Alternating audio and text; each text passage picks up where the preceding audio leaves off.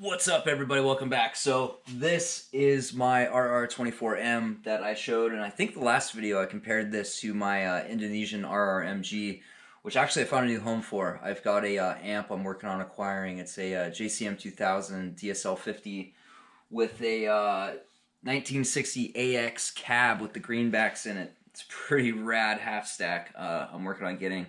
Anyway, overall, this is my second favorite guitar of all time. I love this thing. I don't know if it's the neck or the weight or the way it balances. There's something about it that every single time I play it, I just come up with new riffs, and I just love the way it sounds and feels.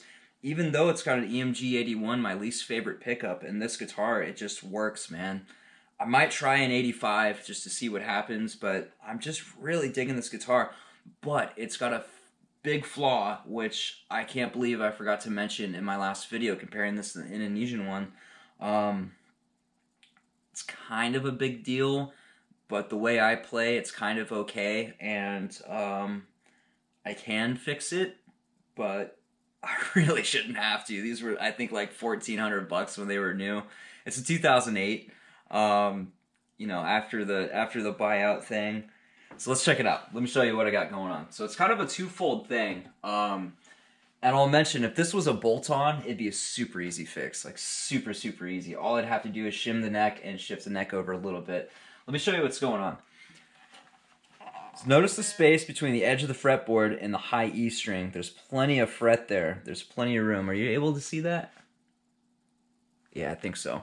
So there's plenty of space. I'm working on getting a new camera. I think I'm just going to go buy one tomorrow because I'm using an old GoPro and the battery's dead, so I have to plug it in and I can't tell what's going on and it's driving me nuts. I think the next video is going to be much better. Anyway, the low E string is like right on the edge. So there's a lot of times, I have this in drop B, and there's a lot of times where I go up to hit that and I push the string off because it's just right on the edge, man.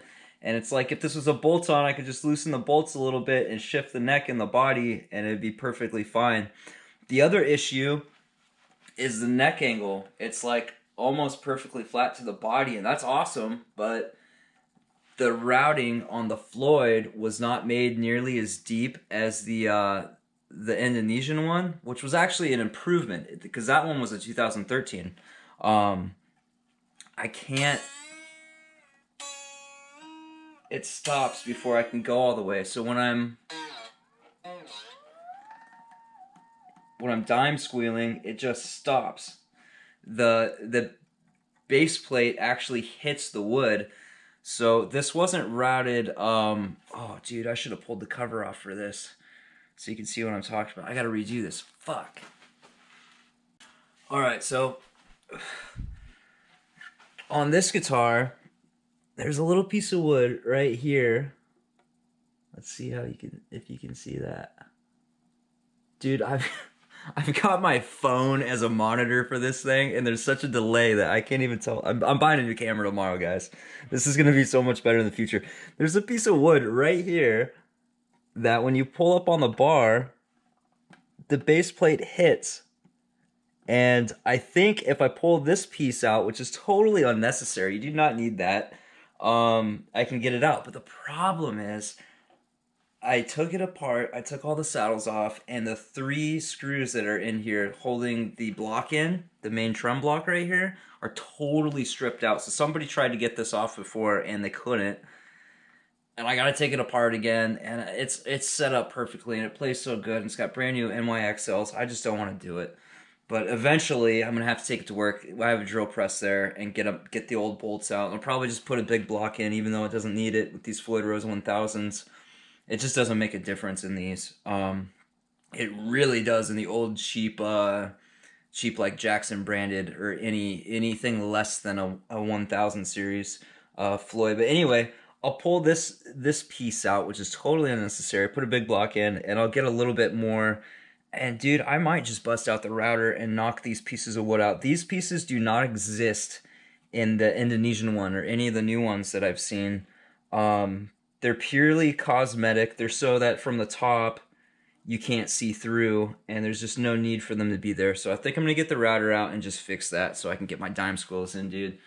But As far as the string spacing, this is the bridge. At the nut, it's perfect. It's fine. There's no issue with the nut. It's all, this whole bridge was, either the bridge was installed kind of off or the neck was installed kind of off. And that's just crazy. I mean, all guitars, you kind of want the E string to have a little more like fret on the edge, you know, so that you don't roll off. Because when you're bending on the E, you know, when you're doing your vibrato, you tend to kind of overshoot and go down a little too far, which you don't with the high string. But it's just a little too freaking close to the edge, man. Let's see if I can hold it down perfectly straight. Yeah, check that out. So it's like just right there. And now look at the high side. You've got a lot more room. See that? So that's kind of a bummer, but other than major functionality issues, this Jackson is fucking rad, dude. I love this thing. So that's that, guys. Like I said, I'm working on that half stack, and I do not live somewhere where I can crank it right now. I'm living somewhere temporarily, and I definitely cannot do that here. But I'm getting one of those Waza. Oh, dude, I'm gonna forget what it's called again. The tube amp expander. Dude, I did it. TAE. So that's gonna let me crank the amp and play it really quietly through the cab, and run a DI straight into my interface, or I think through the USB into my computer, and just use whatever IR I want and record that way, which is going to be awesome. I'm super looking forward to that. I've played on the amp, and it's just ungodly. I love DSLs, man, especially the old JCM 2000 ones. So anyway, guys, that's my video. I'll see you next time.